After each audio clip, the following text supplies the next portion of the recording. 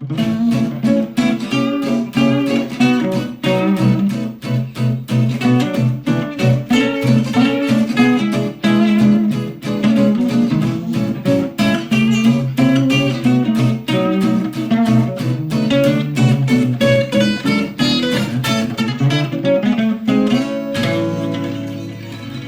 today I'm talking to Steve Niner.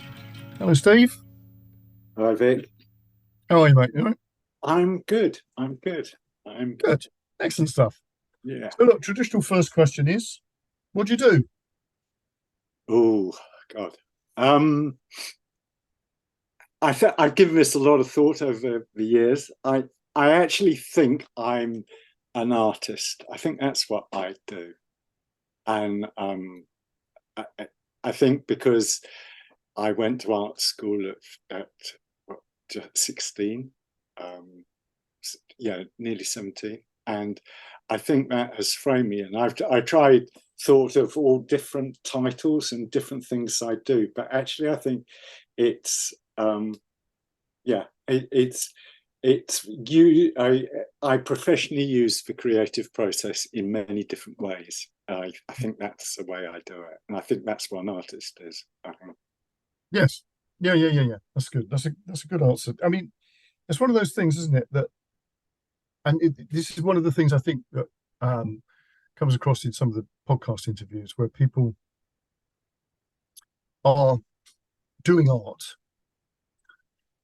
but that sometimes they feel that they're not artists. It's just that's the label that they need to have because they just happen to be doing another job. And when Yeah, it's just like, well, no, because if you're doing your art, you're an artist, aren't you? Doesn't mean to say you necessarily have to be paid for it or whatever. So there's a lot of things within that of like social sort of programming, I guess, what we think we should be, what our label should be and all this stuff. So you were saying you went to art college. I mean, your early days then, would you consider yourself artistic from the get-go? I know it's a bit of a silly question because I think children really are, aren't they? But yeah, no, because I was never really formally that good. But it was like I think art school at that point was the nearest fit to what I am. So I was at art school I went to art school in 1966. I was right there at the beginning of the whole hippie alternative stuff. good So year. yeah, so it was I was kind of completely off that vintage. So it was and it was it very quickly became much more social. So it was like creating music venues to music to fund exhibitions to fund happening stuff. You know what I mean? So it Yeah, was no, I do. Yeah, multi-dimensional, and I think that's kind of in a way why it can sit on me now, because I mean, yes, I practice magic, but I think the process of doing magic and the process of creating something is basically exactly the same process. yeah, I totally agree. So you were saying about 1966. I was talking to somebody today actually about there was a documentary of Mark Bolan Yeah, that this guy had watched, and of course Bolan and Bowie were involved in some sort of art foundation thing yeah, in London somewhere. yeah. And, I knew Bowie. right, okay, brilliant. So let's go straight down that rabbit hole then. So how did you get to know Bowie?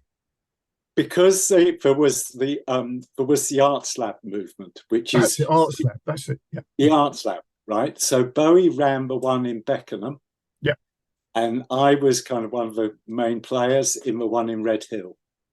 right, Okay, right. and we then formed a multimedia performance group, and one of the gigs we did was in a Spit and Sawdust pub in Croydon Market, and Bowie was the top of the bill, we were second on the bill. So I spent actually a whole afternoon in a pub in a bar, just him and I talking. Cool. So, what are your recollections? It was this was before he big time. It was pre-Starman. He was just a hippie.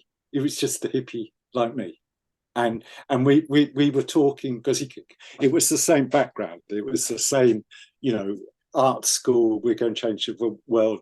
How are we going creatively do that? So it was an afternoon of drinking a few beers and having those conversations.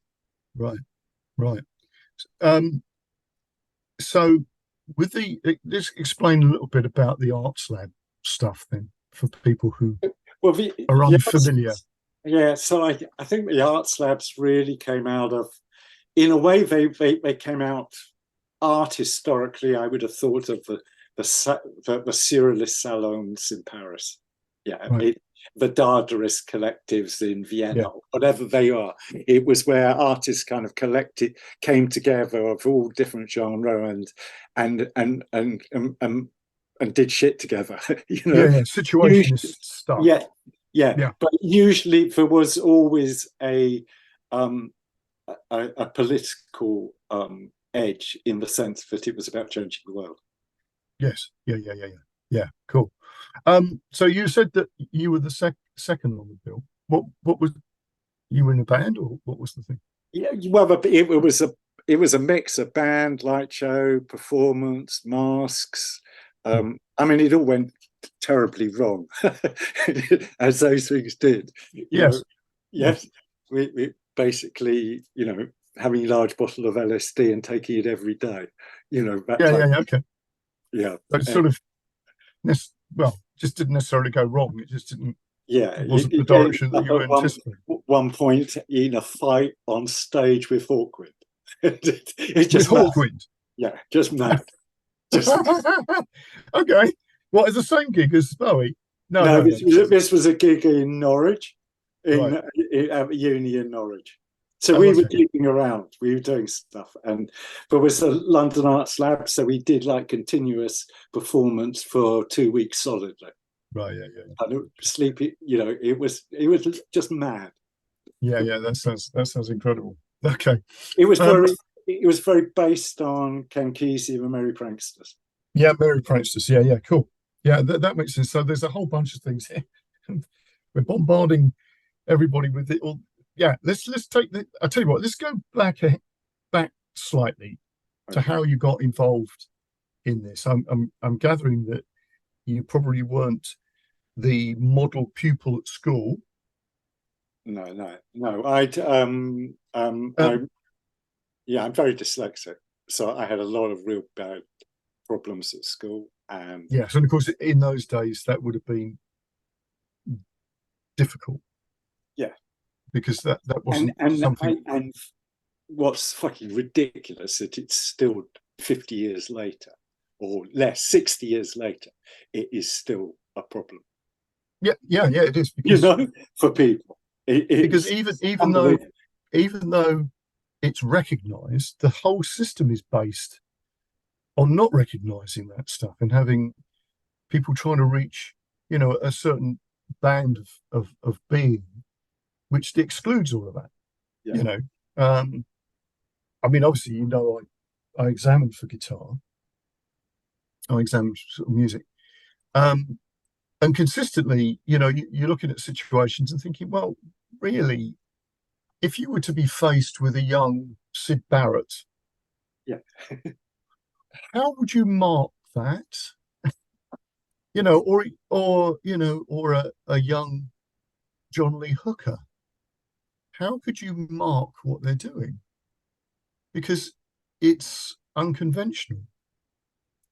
In a way, it's the whole thing of people who've got a different way of looking at things to what is considered as the norm. And yet, of course, I think we may have discussed this before. Creativity doesn't come from the center. It always comes from outside of the center, doesn't it? So, and it will come from a place which seems on the face of it to be absurd. So this is why I quite like this thing about the Dada Dadaist, the absurdist stuff. Um, that's obviously where things come from. Yeah, yeah, Something that's, absolutely. yeah, And yeah, that was a big stream into the way I kind of I framed it, or how it was. And people like Anton Artaud, the theatre of the absurd, yeah. and The theatre of the absurd. theatre of cruelty, and all that. And then later on, when the group that I was in moved on, I did some work with the Living Theatre, and there was a whole bunch of stuff within that kind of performance on the street type, as ways of yeah of trying to shift things literally on the street. So, how did you get to that from your schooling? Um, That's a bit of a difficult question, but you know what I mean. Is yeah, just easily, really. It was just I just went from from a boarding school for middle class problem children straight into art school, and and within 6 months I was taking acid. okay, so that's progress. You know? Um, did you know anything of that type of thing about theatre? Before you got to art school, was that uh, something that you would have come across? no, I think I kind of picked it up really kind of quickly. I can't actually, it's a really good, I haven't really thought where it came from, because I definitely don't think I would have picked it up at school in this kind of out of the way little Surrey village. No, no, I don't no. th- which I is wouldn't have really thought so. interesting. So I don't know where I actually, I'll tell you where I probably got it from, was quite early on. I was distributing the underground press. So stuff like Oz and IT Right, and those, that's where I would have got it from. right, right. And Okay, then followed down the rabbit holes in the art school library and stuff like that. okay. So here's a question for you. What was your first experience of acid like? Now that's a Uh, first for this podcast, I must say. okay. Um, yeah, not particularly special. It was in Bexley Heath. Oh, you remember that? Oh, that's interesting. Bexley Heath on acid. I know Bexley Heath. and yeah, But it it could have was, been worse. It could have been Erith on acid. yes, but yeah, I I just I think I just went, I like being out. I like being high. Mm. I like this, and so I followed it down that rabbit hole, and then got some really, really very, very strong and pure stuff, Mm. and then had some totally and utterly mind blowing experiences that I can recall now and utterly set the pattern of my life. So here's a question. How did you, because often sometimes it's difficult to land, you see what I mean? Because obviously the whole structure of how you're thinking is being changed. Was that, was that a situation like at art school that was okay? You didn't have to have your feet on the ground at all because Yeah, you could have. we were just mad. I mean, Yeah, that's what I was saying. there Yeah, was a whole bunch, there was a bunch of us, and we were absolutely crazy. I mean, we were all wearing weird clothes, and we yeah, were doing all weird shit all over the place, kind of going out at night, tripping, stealing people's gnomes and repainting them and putting them back. oh yeah, stealing gnomes. Yeah, Just kind of all just kind of I'll tell you a little weird story. graffiti stuff and just mad. You I'll know? tell you a little story about gnomes. Um, because obviously there's the symbolism of gnomes and and LSD and everything. I just did a podcast with Tommy Kelly about Stuart Wilde, and because he's one of these people that sort of disappeared off the scene. But Stuart told me a story. I didn't tell Tommy about this because I didn't think about it, about some of the people that he knew in London, and obviously in the 60s, and he was obviously very well connected. Obviously his sister was in Pan's People, so but Stuart was incredibly well connected anyway, right? But he was telling the story about a friend of his, and I don't know who it was, and whatever. But he used to bring drugs into the country inside garden gnomes. I And I think just that was I've heard that before. I just thought that was an extraordinary. It's like it's sort of slightly. If you were going to look for drugs, would you look for them inside garden gnomes? Because sort of in a way you would sort of go no, and in another way you sort of go well, of course you would, because. But anyway, it's just a thought. I just thought it was absolutely brilliant. But yeah, I'll say it's one of those. Uh, anyway, that was a bit of an aside, but I just thought it was quite, as you mentioned, gardeners. Anyway, right. So when with your being at art college, where do you go? Oh, that's a silly question, but where do you go from there? Because you've had that period of time. Yeah, I actually I ended up in Notting Hill Gate, working for Bit Information Service, which was part of Release, which was kind of hippie information service in West Brom Grove, and just kind of hanging out with the Notting Hill scene. Right. Well, that was interesting. For a while. It was interesting for a while. You were. Yeah, it was, but then I don't know. I can't quite remember how it changed or where I did. But then, I suppose the next big turning point was going to Glastonbury, the first Glastonbury with the first Pyramid Dome, and okay. So what were you doing? What were you doing there? Just helping set it up? Or? No, I was just a punter. All right. Yeah, I just went. Everybody just went, and that was with a girlfriend, and dropped some acid, and just did that. And then this little boy guru came on stage, and I was tripping and pulled right to the front, and then went back, and then there were people I'd met there, people I knew from Red Hill, I think, and they invited me to go to a house in Barnes, and I started kind of pretty big time dealing. Right. Kind of cannabis and acid and stuff like that. And then the big turning point was getting busted. Right. So would you say, what was the outcome of that? Was that your sort of landing? The outcome was that I kind of, it was a wake up call. I got beaten up in the cells to get me to talk. They knew somebody grasped, and they knew that's nasty. Yeah. We had loads and loads of acid around, and they didn't find it, luckily. Right. Yeah, it kind of the beating. The guy did me a favor. I'm grateful to him. Yeah, that's interesting, that, isn't it? The reason I was saying about this landing is that I've seen a lot of people. Obviously, I've met a lot of people who've done like ayahuasca, and there's that sort of thing where if an experience is so profound that the parameters of everything has changed, it's very difficult to get your bearings again for a period of time. And that's what I mean about this thing of landing. It's like you want to go out and become some sort of evangelist for the whatever it is. So did that, obviously that must have been a horrific incident for you. Yeah. How long?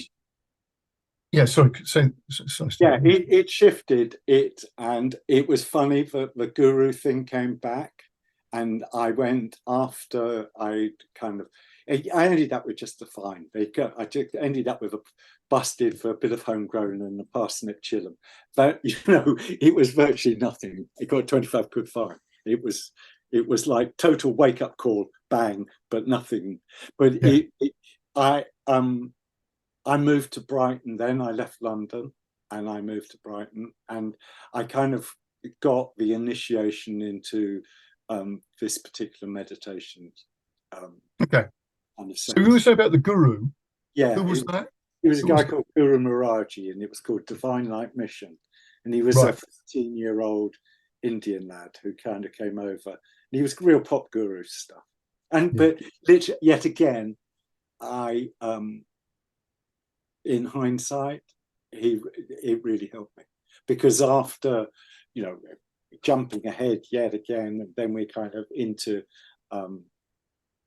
you know, I was in Brighton for a bit, and there was a whole bunch of shit happened there. Then I went back into squats in London, and then I kind of straightened up even more, in the sense that I went back to art college in Croydon and did a kind of semi-postgrad. It was a vocational postgrad in theatre design, and Right. I was working nights in the West End on the shows in the West End, and I knew, yeah, and through that course I realised I would never be a theatre designer, but I could paint scenery, and so that's what I did. So I actually ended up painting scenery for 25 years. Right. But you're the second person who's painted scenery that I've interviewed. Okay. Interestingly, that's there's an interesting sort of area of art, if you like, which people would not necessarily think about, really, because it's one of those things. Somebody's got to paint, design back, stage design, but you never think there are people doing that, if you get my meaning. But of course, it's an interesting thing, isn't it? Because you're creating an illusion. Yeah, An absolutely. extraordinary illusion, actually. Did you find? I mean, you obviously spent a lot of time in old theatres in the West End. Yeah. Here's a good question for you, I guess. What experiences did you have there? Because they're pretty weird places, aren't they? Yeah, I mean, nothing really spectacular. They're just weird, spooky places that I feel quite at home in. It was my place. Yes. It was my place of work. So Yes. you're in this kind of, kind of, you're in this place where there's an incredible hush and calm, and you're just quiet. There's maybe just a couple of you, because we would always work nights, because they would always be using the daytime to rehearse. So we would always be in the theatres all night. So it was just kind of, you're just in as part of it. And in a sense, I think for ghosts, in a sense, you're in a way part of the scenery for the ghosts, in the way, because you're it's just your place of work. That's where you. I was thinking that they're sort of like liminal places, right? Yeah, totally. Because they're not. They're like. They're sort of like. How can I put it? Airport terminals, and places that are not really anywhere special, if you see what I mean. Motorway services. When you turn up at places, they're almost like some weird spot that's not really anywhere, and you get all these people that don't really belong there. It's one of those sort of weird things. But with theatres, it's like, well, what is it today? You know what I mean? It's like, what's the illusion that we're creating? It's like it's not fixed somehow. I don't know. I'm trying. What I'm trying to say here. And you get this incredible atmosphere. I mean, I remember working on. I wasn't painting, but I was working on the crew, doing for Wagner's Ring at Covent Garden. Oh, blimey! And literally, we would go to work so it was like the turnover for the next day. So we would walk out onto the stage as the auditorium was empty. So the whole vibe of the place is just, incredible. Just kind of do that, and then each night you would do that, and so right. Like I mean, just thinking about it now, there were some amazing experiences like that. Yeah. That's fascinating, because again, you mentioned magic earlier on. Yeah.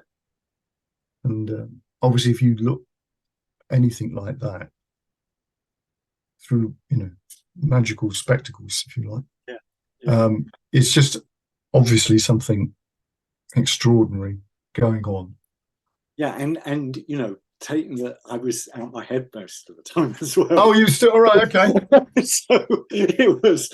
I So the remember idea, yeah, working the at idea, National, yeah, the working at idea of a National. load of gods fighting over, you know, dwarves making rings is sort of normal then. Yeah, yeah. I mean, I remember working on at the National Theatre doing. I think I was doing a follow spot on lighting. I did all sorts of stuff. And it was Tamburlaine, which is a horrible play. And it was my job was to flood the stage with blood every, you know. Yes, well, you would have been, wouldn't it? Yeah. Tamburlaine. And I remember going in tripping and having to do that. It was just mad, mad stuff. Right. Amazing, amazing. So when you finished that, then I was trying to get some sort of, how did you leave that? What was the transition point of leaving? Leaving that world. Yeah. So that it kind of slowly ran down in a way. I was painting for one specific design guy called Tim O'Brien, and he used to do Royal Shakespeare Company and then Peter Hall's company, and so I was his boy, his painter, and we did some amazing stuff. Did things for the Arts Theatre in Greece, and we just did incredible stuff. And there was a real us. I could interpret what he wanted in a way. And I was working for a big production company. I was running the paint shop for a big production company. So I would have lots of different paint. But slowly, it got to one was doing less and less of the really good stuff and more of car launches and all sorts of stuff like that. And it got less and less doing the real high art stuff. It kind of shifted, and I kind of and then what happened? There was a while I was doing lots of kind of stills for backgrounds for photographers, like views out of windows and all that type of stuff. And I would do fancy paintwork in people's houses and murals. Just have paintbrush and we'll travel and paint anything. Yeah. But then with the photographic work, that got killed off with Photoshop, and it just died immediately with Photoshop. And then I kind of quit really properly about 95. Right. And then I moved into doing kind of garden design, and I was still doing a bit of the painting, but doing more garden. And then my partner at the time, by this time I had a son, but I split up with his mum. But then my partner then, and we had a 1-year-old, my daughter, and she was a filmmaker. And she got headhunted to go to Canada to make a series in Canada. And we packed up, and I just kind of vowed I wouldn't go back to London. I'd been trying to escape London, and I couldn't. And I just knew for once we made that break, I wouldn't go back to London. Interesting. So that there's a lot. God, there's a lot there. We could just go down, but let's sort of pursue a bit. So you're into the gardens stuff now, and again, that's another one. I sort of think, well, there's a bit of a jump. Okay, garden design, but you've got to know something about gardens, haven't you? Yeah, I'd been into permaculture for a long time, from right at the beginning when permaculture first kicked off. Right. So Okay. in a way, to backtrack a bit, is that kind of from about 76, I kind of I packed up the psychedelics, and it finished, and I spent the next 20 odd years basically just doing very, very basic meditation, and that's what I did. So I was doing this work and doing simple meditation and playing with the I Ching. Right. and, Okay. and, And and obviously studying permaculture. yeah, and the study of permaculture, and I do permaculture courses, and just kind of building on that, and it just kind of built more and more of a medium. And then I was kind of doing little permaculture designs in Hackney, where I lived, and in London. And then when we went to Canada, everything kind of dropped, and then that was a big turning point. So tell me about Canada then. Canada, so we went there. So my partner, we had a 1-year-old, so I was house dad, so I was looking after Ella, my daughter, and it was really difficult. It was really hard. We were in Montreal. It was really hard. The people, it's a beautiful city, and it's really culturally really interesting, and it's great for food and all sorts. But it didn't really like Englishmen. It was a kind of was a big problem, and it was really interesting kind of feeling racism. I've never experienced that, and That's interesting, isn't it? yeah, that was an interesting curve. But it's also on that there. Suddenly, it was like I'd been shut down for 25 years of just keeping this very narrow kind of disciplined life, in a way, of where suddenly everything went bang. It suddenly really opened up, and that in a way was it was what happened then that set off the path that brought me to here now. Okay. So what happened? It was just having access. It was being very alone. I decided the year before we went, or maybe 2 years before, was I needed to give my own art a try. I thought, if I don't actually really put a bit of dedication into making my own artwork, I would always regret it. So for probably 3-4 years, maybe, I really put myself into creating paintings, constructions, stuff, artwork. And yeah, in a way, on the yeah, it was kind of, will this work? Will this take off? Is this the path for me? And it wasn't. It kind of, I made, I sold a few bits and pieces, but it just wasn't happening. And then I just, it just became ridiculous. And it's funny, it came out this summer because I had to move a bunch of my paintings that were in my ex's house in Eastbourne, because she was moving, my daughter was moving out, and they had a whole bunch of my paintings there, and I've had to bring them up here.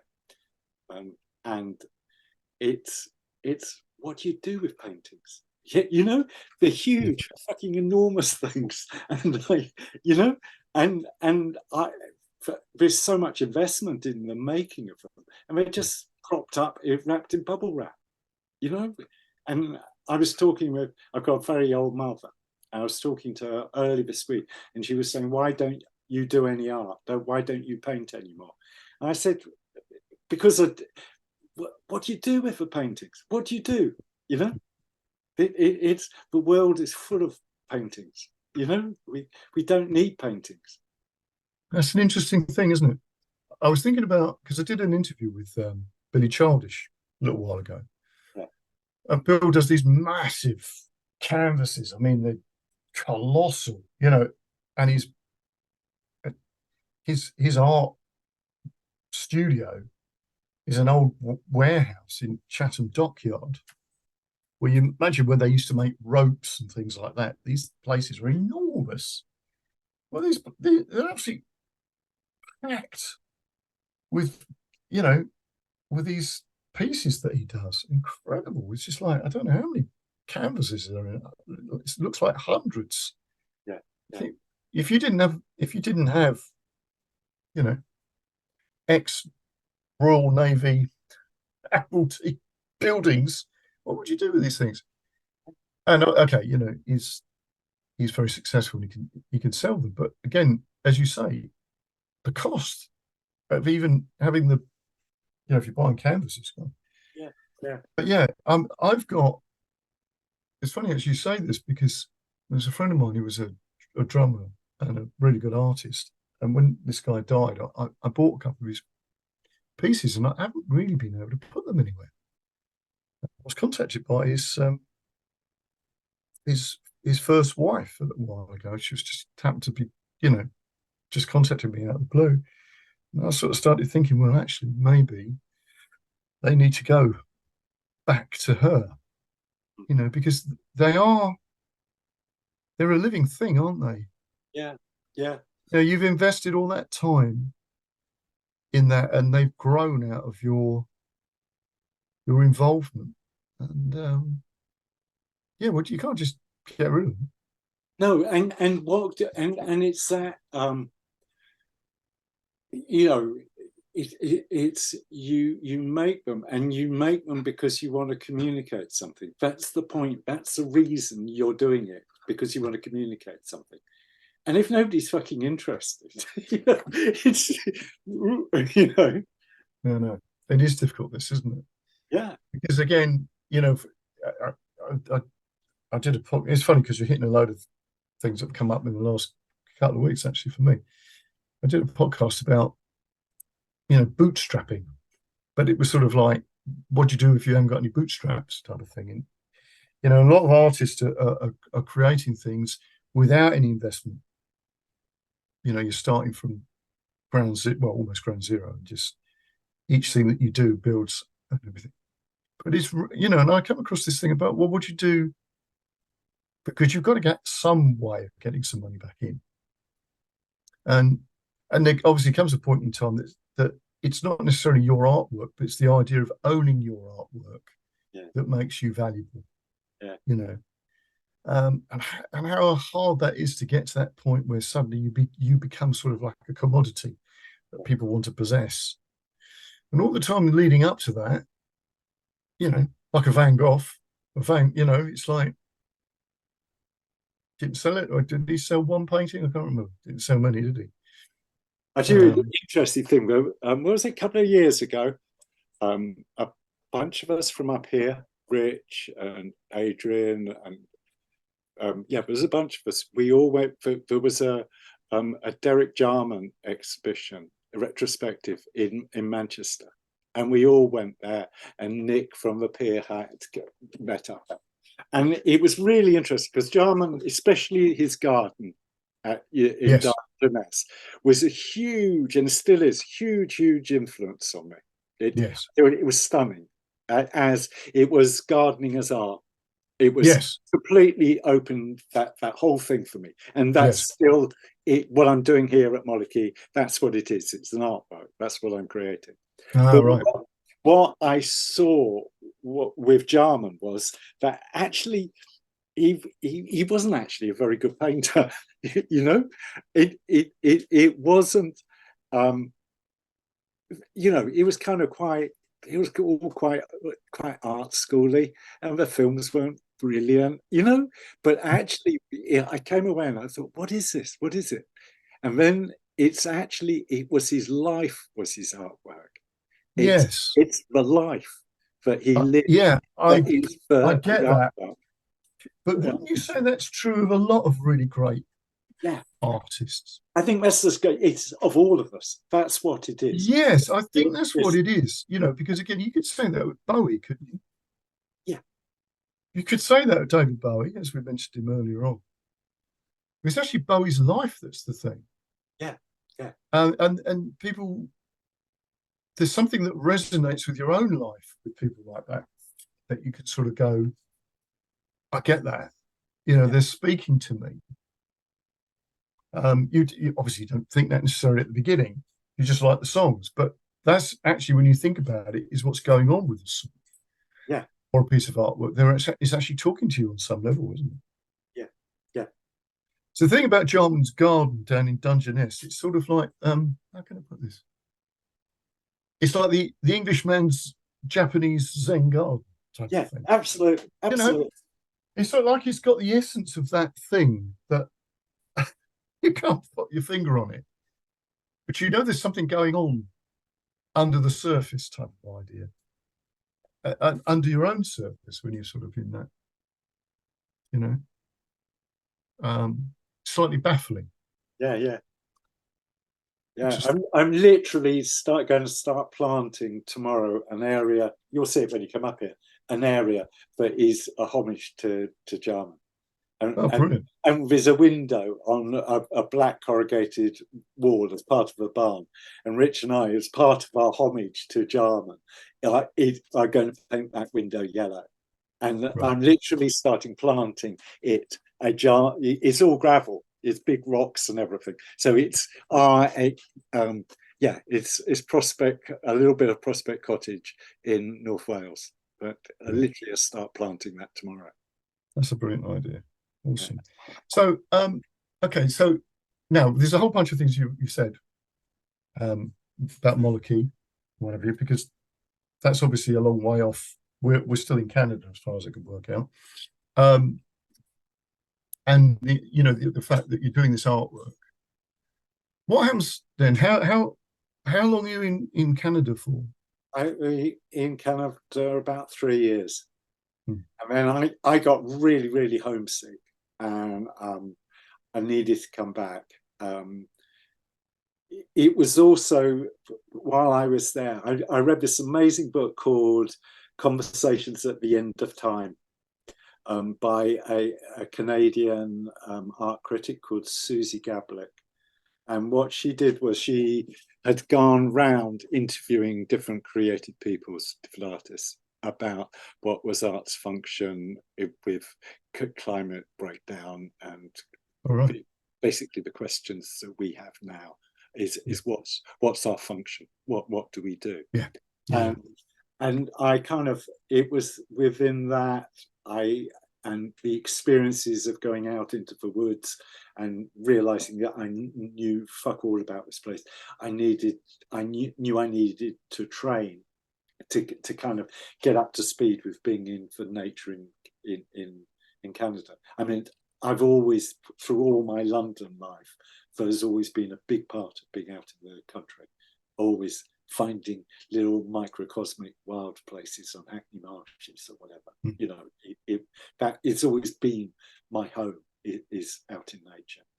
But it was so long story, but in a way it brought me to this guy called John Young, who was the first student of a guy called Tom Brown, who is like Tom Brown, yeah. Tom Brown. So John was trained by Tom Brown, and then started something called the Wilderness Awareness School in Seattle. Yeah. So obviously we need to say about Tom Brown, actually, because there's this sort of whole tracking thing, isn't there? So yeah. So I got really obsessed by Tom Brown and was really kind of going into it. And in a way, I'd come to Tom Brown from this Susie Gablick art book about a couple of LA artists who'd given it all up and went to train with Tom Brown. Right. So that tracked me in. And then I did the Kumana program with John Young, which was a mix of field biology and native awareness skills. And that kind of really worked incredibly quickly in kind of really opening up. And then I kind of had a lot of, I wasn't doing any medicines, kind of weed or eat nothing really. I drink a bit, but I didn't do anything else. But that kind of I got really opened up, and I was literally told by the spirits of the land there that I needed to go back to my own country. I was told that North America's karma wasn't mine, the UK's was, but I needed to go back. Cool. So that's interesting, isn't it?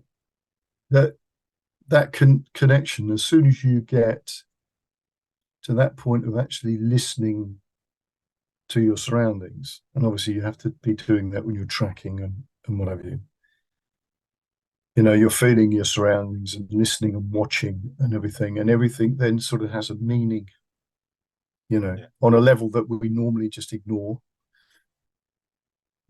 Then you really start discovering aspects about yourself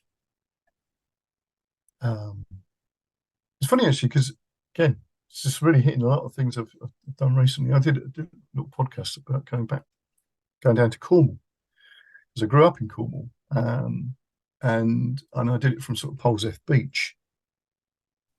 And Poleseth apparently was, the story is that's where I took my first steps as a baby. But I've always taken my kids down there, and there's something about walking the sand there that has a real significance to me. Not in anything you can sort of go, oh yeah, this, I heard this or whatever, but there's something about the connectivity of that place and just being there that realigns something. It makes you feel like you're back again, in a space, and you're suddenly aware of things in a different way, and maybe that might be similar to that sort of thing with tracking and bushcraft. Yeah. Well, I think it is actually. I think it's a Yeah, very I think it is. I think it's because you're attuning yourself to the place you're in. So yeah, totally. you're all those kind of awareness exercises where you're kind of literally disappearing into the environment and you're going Yes. back. So you're just tuned to the baseline Okay, I'm going to bring something else in here that's completely left field because I think this relates quite strongly to what you're saying about environment. I had a heart attack and stroke about, I don't know, what was it, 4 years ago, I suppose. Um, and when I was in the hospital, recovering from the stroke, which I had in the hospital, which was fortunate because just happened to be the right place for that particular thing. They come in and they start, asking you mathematical questions and all this sort of nonsense. Because what was going on was I was really interested in the conversation that was going on to my right, because I was in the end bed, so there was nothing going on to my left, but to my right there was a guy sitting in the bed having a conversation with their daughter or something, and this person was sort of going, "Well, see, can you work out what the next thing in this sequence is?" And I was thinking to myself, I really don't give a damn because I was just interested in this guy. And it's this sort of peripheral thing, right? Because with a lot of tracking stuff, there's this thing of using peripheral vision and whatever, and it puts you into a bit of a trance. But I then actually said to the person, look, hang on a minute. My this is how I feel at the moment. My body's had a situation where I am vulnerable, right? Because I've had something that could have killed me, but I'm in a vulnerable situation. And if you're vulnerable, you're then possibly going to be hunted by something else. Your natural metabolism is saying that because you're vulnerable, right? And you give off the signals of being vulnerable. So where's your attention going to be? In front of you? No, because that's not where you're being hunted from. And she looked at me like she'd never heard this before, right? And it was so obvious. It was so obvious. And I was going, so I don't really want to do this. And she went, oh, okay. But, and it's that sort of thing that it took that for me to sort of go, this is all right because my body's doing the right thing in this instance because of my situation. So going back to the tracking thing and the bushcraft stuff, right, with Tom Brown, that sort of awareness of where you are. And if you're tracking something, you are obviously got to be aware that you're not being viewed. Yeah. Well, you're sort of focused over here, that there's something coming from over here that thinks that you're going to be, lunch. And so that, that's why you've got to be completely aware of your surroundings. But of course, our whole society is all about concentrating on tunnel vision. Yeah. Yeah. Anyways, it's just a bit of an aside, but I thought that was interesting because I didn't all the tracking stuff, so that's cool. So you had to come back to to Blighty. Yeah, come back to Blighty. I mean, and then what I kind of set about was kind of an exploration of what are my native traditions. And and I kind of dived into Druidry and all different bits and pieces, just kind of explore. Yeah. I mean, just kind of, and it's ongoing. I mean, that is all kind of bubbling away, and yeah, it's my life. It's what I do, and yeah, it just kept on going from about It was like I picked up. It was like I picked up from where I was in the kind of mid-70s. Suddenly there was a gap, and suddenly I picked it up all back up again. And it was like I'd been asleep. I haven't been asleep, but it was like it was suddenly, okay, this is go. And so it's, in a sense, it's been since that point up until very, very recently, up until 2-3 years ago, until I moved here. It was like it feels like it was a training. So I had lots and lots of different projects. I knew that I needed to get land. I knew that to do the work I was kind of feeling called to do, I would need to have land. So I would keep trying to get land, and it would work for a bit, and then it would collapse. It would work for a bit, then collapse, and it would. Yeah, it wasn't until I came up here. It was like then the training wheels came off. But for a lot of that period when it came back here, I trained as a forest school leader. So I then worked for about 14 years for Sussex Wildlife Trust as a forest school leader. Right.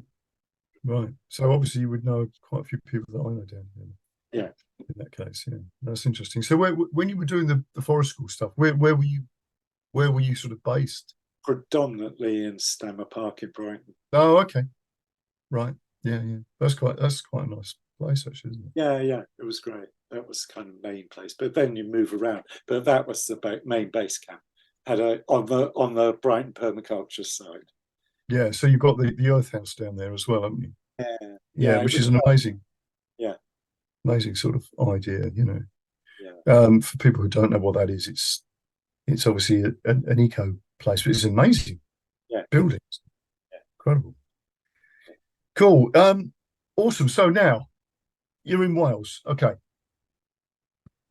Tell us what's going on up there. Well, just finished a kind of a 3 11-day sessions of kind of holding Vision Quest's base camps. Right. Which has been really, really intense. It's been great for the people who've come through it. It's been really good.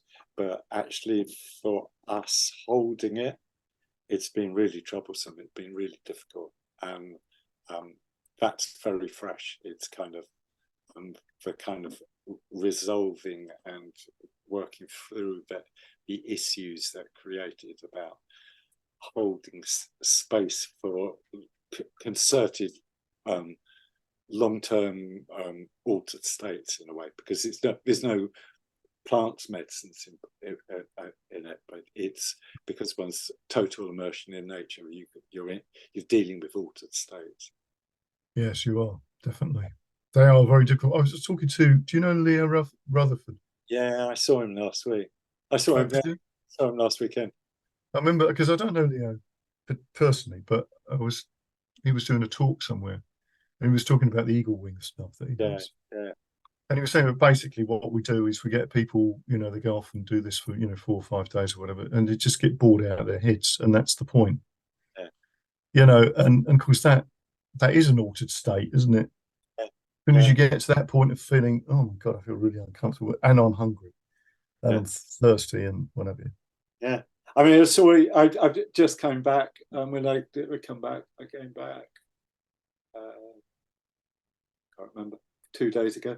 But yeah, if you finished on Sunday, I was at the UK Shamanic Gathering and one of the organisers of that down in Glastonbury. So Leo was there. So I'd been Right. talking with Leo, and we're going to do a project together. Oh, that'd be brilliant. Yeah.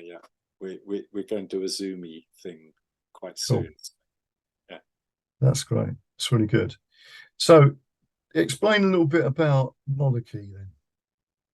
Well, Monarchy is it's a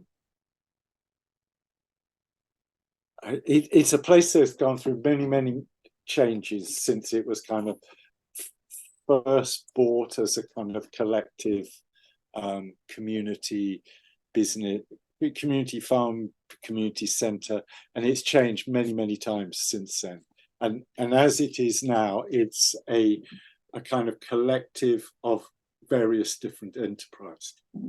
I mean, there's a cafe and there's a charity that grows food, and another charity that kind of provides a donkey sanctuary, and then there's somebody's got a builder's yard there, and then what we have is a converted barn that is kind of like a venue with a catering kitchen, and then about 6-9 acres that is the land, which is where we're doing the permaculture project, and also where we're holding the kind of Vision Quest deep immersion in nature projects.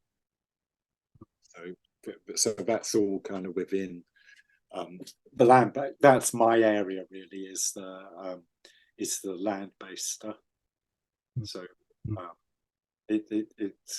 it's been a process of listening to what the land wants and where it wants to go, and how we can lean into that to, basically for mutual flourishing of all beings. So a lot of this is the end of my 3rd summer here, so a lot of it's been about kind of really boosting biodiversity. We're very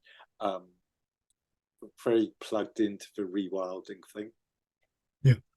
And it's for rewild, but part of it's rewilding, but with plants that are useful for humans as well. So a lot of the British native species are actually, because of us being separated from mainland Europe and the way the ice moved at the end of the Ice Age, we actually don't have a really good spectrum of forageable food.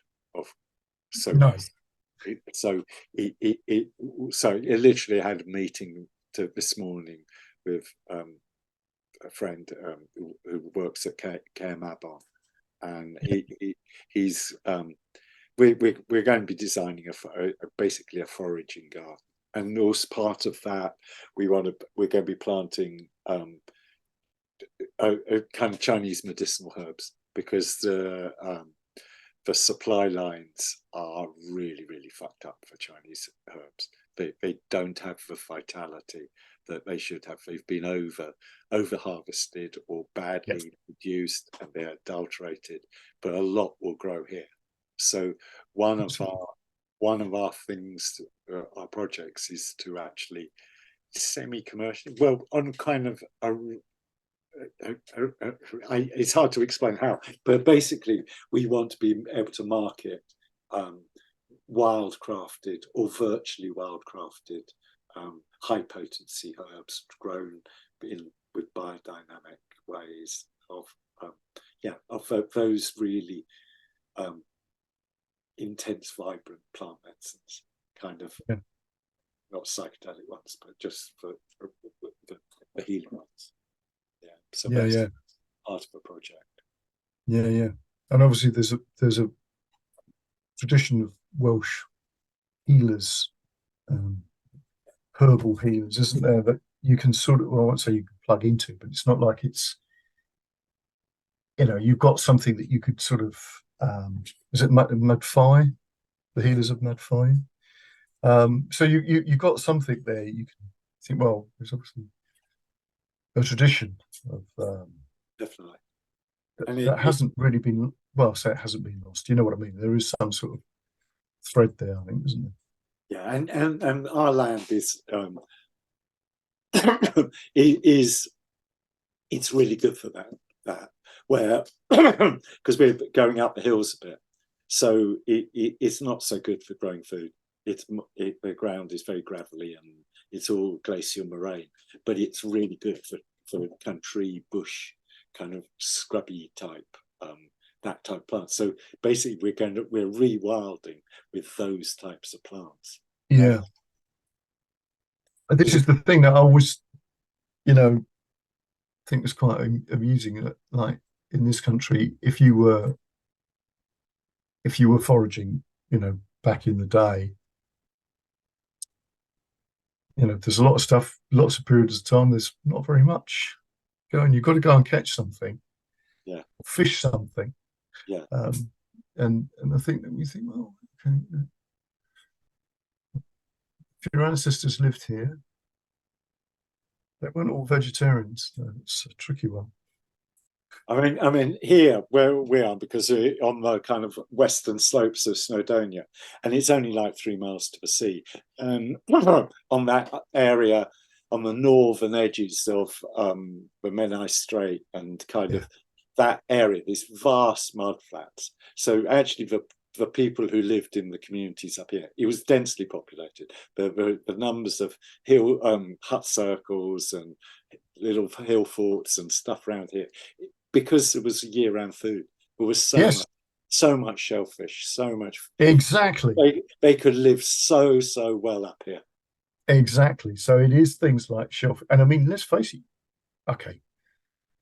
I mean, in this day and age, because we got cars, you're not very far away from the sea, wherever you are, even if you're in the middle of Reading or somewhere, or Swindon. I mean, it's not that far. So if you look at this, where the populations would have been when this country was really forested, there's a lot of it around the edges, and it was easier to travel by boat, wasn't it? So yeah. I remember when I used to live in Hailsham and would go out onto Pevensey Levels, and you knew it was exactly the same. The Oakwoods would come down to this huge marshland that was full of fish and eels and wildfowl and everything. They lived really well there. Those were those liminal places. Yes. Well, that again, that's an interesting. That's come up again, isn't it? Yeah. That sort of thing about liminal places in between. Whether that's coastlines or edges of forests and stuff like that. I mean, if you're going to hunt stuff in a forest, you don't want to go necessarily right the way into it. You want to be on the edge of it. Yeah, exactly. Yeah. You would get a boar and you get a deer, but it was more the shellfish and the little that type of stuff, which is absolutely, that's the day-to-day kind of what you. Yeah, absolutely. Yeah. Anyway, going back to the Cornwall thing, when I was down there, I was sort of, because obviously I couldn't sort of collect these things because I would have had to cook them in my sister's house. But there was loads of mussels and cockles and goodness knows what else. You think like, Yeah. But there we go. Good stuff. Well, Steve, we've been talking an hour. Brilliant. That's good. That was great. Brilliant stuff. So I'll be catching up with you at some point. Yeah, and you're coming up here, aren't you? I am coming up. You're going to do a book launch up here.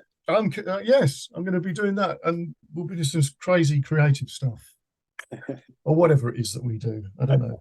It's great. No, it'll be good, and it's been a long way, as you know. It's been a long journey. Richard's been sort of involved in a lot of that stuff, helping me go through things and whatever. But yeah, it's looking good. So yeah, it's great. So I wish you all the best with what you're doing, and I really look forward to seeing you. Yeah, that'll be good. Yeah, and keep well. Will do. All right. I'll speak to you soon. Yeah.